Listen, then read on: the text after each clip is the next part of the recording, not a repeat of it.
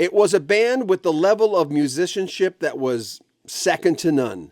Elton John's most underrated album to me is always Blue Moves. Some people said it should have been a single album. It came out after Captain Fantastic and the Rounder Cowboy. After that was the new band that we're talking about right now that made Rock of the Westies. And the follow-up, the last with this supergroup, was Blue Moves, where Elton John, unlike Rock of the Westies, mixed so many different genres. There was disco on there, R&B on there, lounge music almost, a lot of rockers, but he mixed so much into Blue Moves. And for people who were adventurous, for Elton John fans who wanted more, this was the album. And sonically, Gus Dudgeon did such an amazing job. Gus was Elton John's producer in producing and putting together this record. It's like herding cats. We talked to one of the players on that album, and he agrees with me. This one should never be lost in the shuffle. Elton John, Blue Moves. Here's guitarist Caleb Quay looking back. Oh, your Starters 4. I know I got a quote from you before, but how did that end up being the first track on the album? I mean, it's great. It introduces, and there's so much on Blue Moves, which I love because there's so much genres going on. And somehow as an album, I always defend that album. And I love those two albums you did when you came back so much. I actually like Rock of the Westies and Blue Moves more than Captain Fantastic. And I love Captain Fantastic. Yeah. Gotcha. So anyway, how'd you come up with that? Yeah, very simple. We were in the studio in Toronto, and one day we get in the studio and Elton's at the piano. We were running through some stuff, and then he suddenly says, I really would like for the album. He already had the idea in his head that he wanted the album to begin with an instrumental. So he just said, does anybody have anything? Nobody had anything. And I said, well, I got something. And it was, which was that tune, which was something I'd written while I was living in Chicago, freezing my butt off. I'd written this thing just as a practice piece to keep my fingers warm. Yeah. And it was just based on some, English folk kind of styling, classical stuff, and it was just basically a finger picking exercise to keep my fingers warm during the freezing cold in Chicago. So I played it to him and he said, that's great. Yeah, let's use that. So I ran it down with the band and voila, the rest is history. We recorded it. What did you do? Do you remember some of the things you did in Toronto during your stay there? There's anything interesting about? Oh, you mean like about the city or something like that? Yeah, just hanging out. Didn't do much hanging out. No, I remember one day we took a trip to Niagara Falls, which was interesting. But I wonder if it was still expensive back then, because Niagara Falls is one of the most expensive. You want a burger, it's like $20, and not even in a nice place. I remember going to Niagara Falls. I've only been there once. And going, why is everything so? And I've been to Toronto a few times, so it's not about that. It's very expensive. No, we spent all of our time. I think we went and saw a movie one time, but really most of our time was spent in the studio. Or in the hotel. Sometimes we would do some writing in the hotel. Speaking of that, Boogie Pilgrim, The Wide-Eyed and Laughing, you got co-writes on. What did you contribute to those? Do you remember? Let me think here. I contributed a lot to Wide-Eyed and Laughing. That one we sat around I'd had this chord sequence down with some strange tuning on a 12-string guitar that I had at the time. Boogie Pilgrim, I honestly can't remember what I contributed on that. That's an earworm song. That song, that's one of those songs I've been singing in my head since that came out. I think most probably because if I remember, there's no guitar on Boogie Pilgrim. And I think my contribution was more in terms of the groove. So I, just a whole bunch of suggestions, as to how the thing was going to sit. People forget sometimes. I conducted the horn section as well, the Brecker Brothers as well. What was that like? That was fun. They just come off the road, they were tired, and so conducting was really, it was basically I just wrote down F, B flat.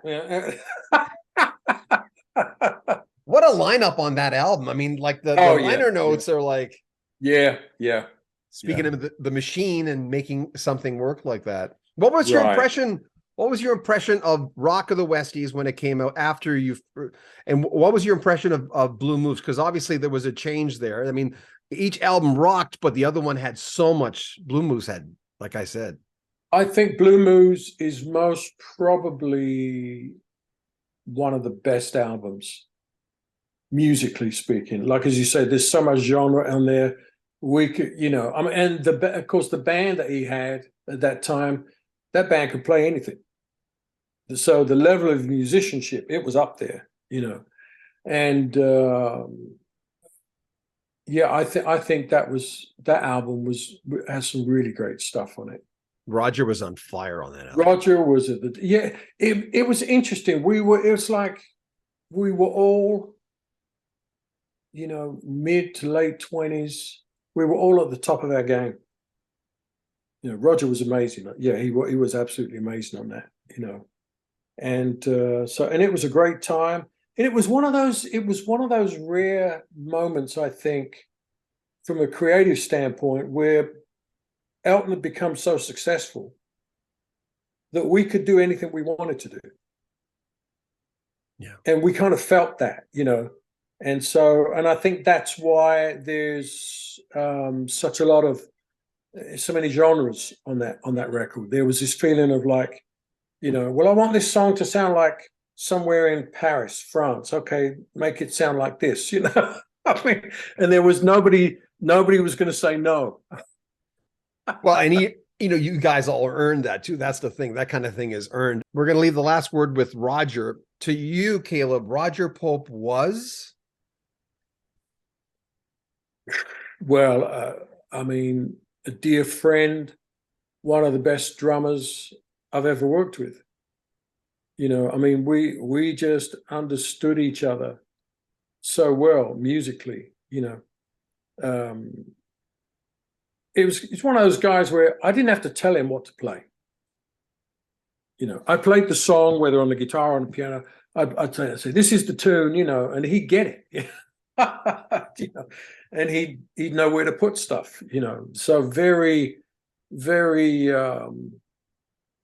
musically sensitive was Roger. He wasn't, and he always regretted that he didn't learn to read music, but it didn't matter. I mean, he felt it. He had ears for days, he felt it. And I think one of the things that's interesting is that Roger and I come from similar backgrounds. Both of our fathers were jazz musicians. I first met Roger on the set of a TV show in England. It's called Ready, Steady, Go. It was a very popular music thing, Friday nights. And so I'd gotten a ticket to go down and be in part of the studio audience. And on this particular day, Roger was playing with a group called the Soul Agents. They were like an organ trio kind of a group, really good, really good. And they were backing Buddy Guy, the blues guitar player, So Buddy Guy comes out and they start playing whatever song they're playing, is this great blues shuffle thing, And I noticed something about Roger's drumming. Roger was one of the few drummers in England at the time that could play the Art Blakey shuffle, the businessman's bounce. And I thought, man, this guy can actually do it. Because my dad was friends with Art Blakey. We were big into the Jazz Messengers and all of that, and that whole thing, shuffle that Art Blakey could do. Roger was the only guy. Most English drummers could not play that. They were very messy back then. Roger understood pocket and tight, and that's where we hit it. And I remember going up to him afterwards, at the end of the show, and introduced myself to him. This was in 1965. And I said, "Hey man, I love your drumming." He says, "Oh, thanks." He said, I said, "I noticed you got the Art Blakey shuffle going on." He says, "Yeah, how did you know that?" So we hit it off right there. My dad, oh, it's mine too, His So drumming influenced me so much. Roger? Yeah. Oh yeah. He was great. He was just great, and great energy, great taste. He didn't overplay stuff, Yeah, he had chops, but he was, he had it all contained.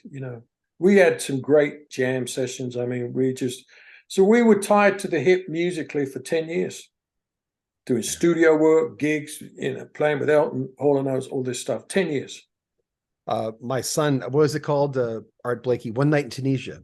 Yeah. My son, when he was 8 years old, came up to me because he was learning to play, and he says, "Listen, Dad, you got to listen. Do you know that?" I said, "Well, yeah, I know who he is.